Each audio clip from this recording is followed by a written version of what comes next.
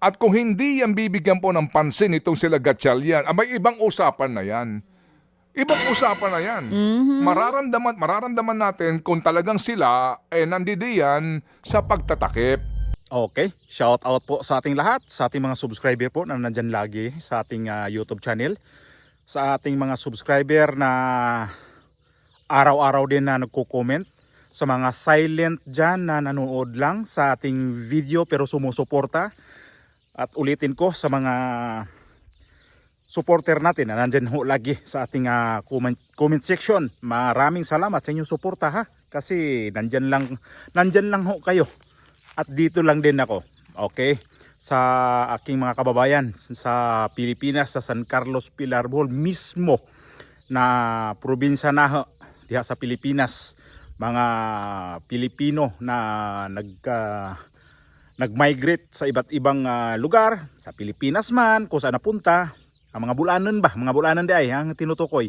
O, shout out po sa mga Bulanon na nag-migrate sa iba't ibang lugar sa Pilipinas. Ingat-ingat po tayo at ingat-ingat po tayong lahat. Pasensya na kahapon ha. Hindi ako nakapag-vlog kahapon kasi hindi kaya ng aking oras kasi ang dami kong ginawa. Ngayon nagsabi ko baka mamaya hindi na ako makapag-vlog ngayon. So sabi ko kailangan ko na mag-vlog. At ito yung reaksyon na natin itong si Ted Filon na minamanmanan, nagmamanman dito ngayon sa bagong mga ngayon pinuno dyan sa Senado, itong Gatchalian Group. Ano kaya talaga ang magiging outcome nitong Senate President ngayon na si Gatchalian, although hindi abogado yan ang problema din kapag naghalal sila ng Senate President na hindi abogado. Hindi talaga to magtatagal din. Kasi iba pa rin yung abogado eh. So sa akin naman kanina sa balita nung nasunod ko nitong vlog tungkol kay Joel Villanueva yun na nga. Naamoy ko na yun eh. Yung sa mga pananalita niya, naamoy ko yun na hindi talaga to siya pwede na mag siya sa kay Alan Cayetano Group. Ang talaga niya, babaliktad talaga siya. So nangyari na nga kanina, pumunta doon siya sa Senado kanina. Akala mo basketball check na. Parang player ba na pumasok sa basketball court tapos para may mga pasalubong-salubong pa siya, may mga appear pa siya doon. Nakakadiri naman tong klase mga politikong ganyan. Wa ka gabae. wa ka kilabuti sa imong tingkoy buang kang Joel Villanueva. Ako hindi ako nito na lumipat siya. Pero yung ginawa rin niya noong nakaraang mga buwan, nung binakante niya lahat itong mga komitiba dyan sa Senado, doon pa lang din niya naisip yun, na pinagtatanggalan niya yung mga komitiba. Ngayon dito na siya sumanib. Ang kapal na mukha. Namangka sa dalawang ilog to si Joel Villanueva. At ito ngayon, nag-react itong si Manong Ted. Gusto niyo mapanood ang kay Manong Ted na sinabi? Na buong clip na kinuha ko kanina? O sige, ito panoorin natin. Okay, ngayon, puntahan natin tong maleta na ito. Just to make it, bago po ang ating isa pang importanteng panayam at ang ating pag-aabang po sa pagbubukas po ng sesyon ng both houses of Congress. Well, kahapon, kung inyo po napanood, yung press conference, muli, ako ay pupunta pa rin dito po sa noong pa natin sinasabi, baby girl, hindi ba?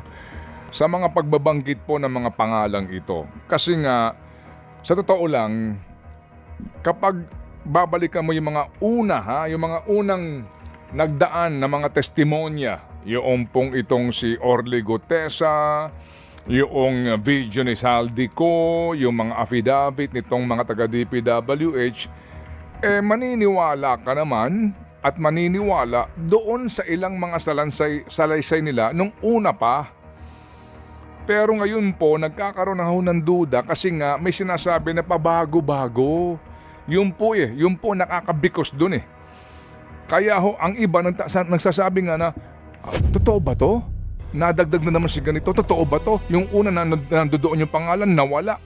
Alam niyo yun, so nagkakaroon din ang iba yung iba, duda. Pero yung iba hong sarado na ang kaisipan, kahit na ano pang gawin nyo, wala ka na magagawa doon. For whatever reason, no? Siya ba talagang syunga? Talaga bang siya fanatic?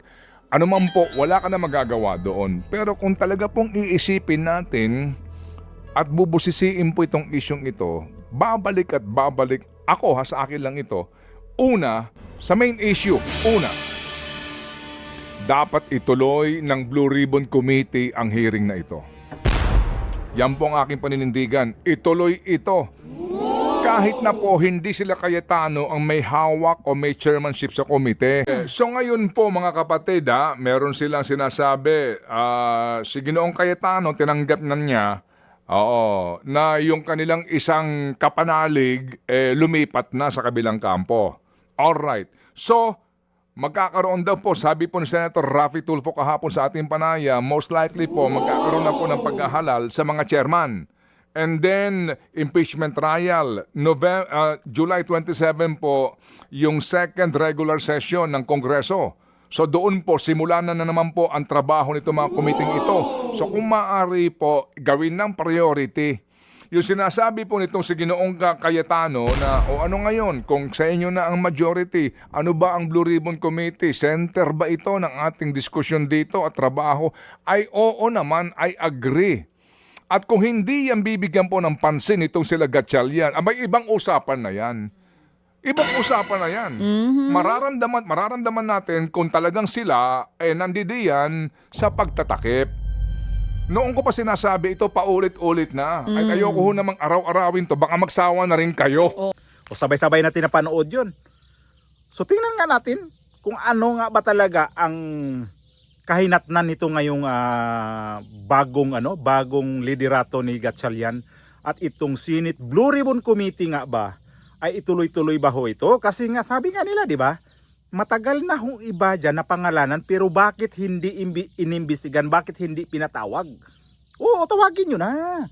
Huwag nyo na itong kasi mamaya magkudita na naman magkudita yan ulit dyan. Tapos yan na naman ang dahilan. Kaya kesyo na ganito, kinudita dahil sa mga ganito. Kahit kayo ngayon, Gatchalian, mga kaalyado man yan ni Cayetano na involved din yan si Loren Legarda, bilisan nyo na yung pagtrabaho niya. Kung para talaga sa taong bayan, ang inyong mga ginagawa ho dyan, wala kayong pakialam kung sino masagasaan. Kung umabot man kayo sa 5 senador, 1 senador, pagdating sa impeachment, kung sinong buboto dyan, wala na kaming pakialam dyan. Ang importante dyan, itong flood control, unahin nyo na yan kasi ang impeachment by July pa naman. Wala naman tayong magawa dyan kung i-impeach ninyo si BP Sara. Wala tayong dyan, wala kaming power yan. Kayo ang may power dyan. Kung sa hudasan lang talaga, nandyan na sa inyo yung mga politiko kayo dyan So, dito pa lang, nagmamanman na si Manong Ted dito sa mga Gatchalian group. O ano ba talaga? Kasi nga, pabalik-balik ang isyo, pabalik-balik itong nangyayari ngayon sa Senado. Kudita dito, kudita doon, hindi pa nagtagal yung upuan ni Cayetano, tinanggal. Unang-una kay Soto, hindi nagtagal, tinanggal. Saan kayo pupunta ngayon dyan? Yung pera namin ho sa mamamayang Pilipino, yun ho yung gumagana ho dyan sa inyo, bawat galaw ho dyan, pera namin ho yan, mga punyeta kayo, mga senador kayo dyan. Hindi ako dito makialan, hindi ako dito makigatsalyan. Ang importante sa akin dito ay gumalaw na ho kayo dyan kung sino man ang mga lintik, mga hayupak na natatamaan ninyo dyan sa investigation ninyo sa sa flood control. Kasi nag-aantay, para sa akin yan ang inaantay ko talaga Wala akong pakialam sa ibang dyan. Basta ang importante sa akin ito, lalabas talaga ang totoo. Kasi ngayon masukol na ibabalik sa dating administrasyon kay Pangulong Duterte. Ngayon, hindi naman sila amin kasi kesyo ganito. Ay nako, sino kaya talagang honest lang sa mga politician ngayon? Ito si Joel Villanueva, akala ko honest kasi may pa GIL pa ito. Yun pala hudas. Nasabi ko nga to, demonyo rin pala talaga to Namangka to siya Namangka sa dalawang ilog ito si Joel Villanueva. Kasi nakita nyo naman nung nakaraan, ako mismo obserbasyon ko dito, ginamit lang ang kanyang pagkasenador para Ano to, para di siya maubusan ng mga komite? Para di siya maiwanan sa mga komite-komite? Ang kapal naman ng mukha ng mga senador ngayon. Ewan ko lang kung sino yung sino ngayon dyan ang matinong senador ngayon dyan sa Pilipinas ngayon, no? Di ko alam. Di ko naman sabihin na si Cayetano, si Marcolita, di ko masabi yun. Di ko masabi yun. Kung sino talaga yung nakikita natin dito na ilabas talaga itong katotohanan to sa mga flood control, kung sino hindi talaga involved dyan, doon ko sabihin na hindi talaga to siya hindi talaga to siya kasali. Naman pati ito si Ted Filon, nagmamanman sa inyo, natural. Pare-parehas lang naman kami dyan na nagbabantay dito. Pare-parehas tayo nagbabantay dito. Kaya lang dito sa kabilang side, lalo yung iba nagko-comment dyan, parang hindi sila interesado dito sa nangyari ngayon sa Pilipinas. Punyeta ako, interesado ako dyan Kahit wala ako dyan sa Pilipinas, interesado ako dyan malaman dyan sa mga kickback ninyong ginagawa dyan. Itong si Joel Villanueva, ang laki ng kickback na hinihingi mo, kaya lumipat ka sa kabila para di ka makulong, para di ka kasuhan. Ganun lang naman kagaya mo kay si Escudero. Kung hindi talaga kayo nag-kickback dyan, hindi kayo humingi ng kickback, bakit kayo lumipat sa kabila? Anong mayroon? Pagtakpan itong issue na to para sabihin kayo malinis. Hindi naman kami mga tanga Ako mismo, hindi ako tanga na makikita ko na sus, pambihira naman talaga. Huwag nyo nang huwag nyo na itong pagtakpan dyan mga senador. Minority ka man, majority ka man. Pag-isahin niyo na yan. Balatan nyo na ng buhay ang mga tao dyan kung sinong involved dyan. Ang dami na nabanggit ang mga pangalan dyan, ipatawag nyo na. Imbestagahan nyo na yan sa Blue Ribbon Committee. Imbestagahan nyo na lahat, i-televise nyo para makita namin. Grabe na Nakakasawa na pakinggan yung balita na pabalik-balik, tapos hindi naman umuusad yung iniimbestigahan. Puro na lang dyan, puro na lang kayo siraan, puro na lang kayo dyan preskon, puro na lang kayo anong ginagawa niyo dyan. Minority man, majority. Pambihira naman. Ayusin nyo naman pang gobyerno sa Pilipinas. Presidente niya nga ninyo dyan Abot dito sa Espanya yung pagka walang kwenta. Grabe. Sa totoo lang, nakakawalang gana. Sabi ko, nung kahapon na-stress ako nanood sa balita. Sabi ko, sa sunod na lang. Kaya ngayon, maraming salamat sa inyong suporta, sa inyong pagbisita ulit sa aking YouTube channel. Marami pong salamat sa inyo. Kita tayo sa sunod.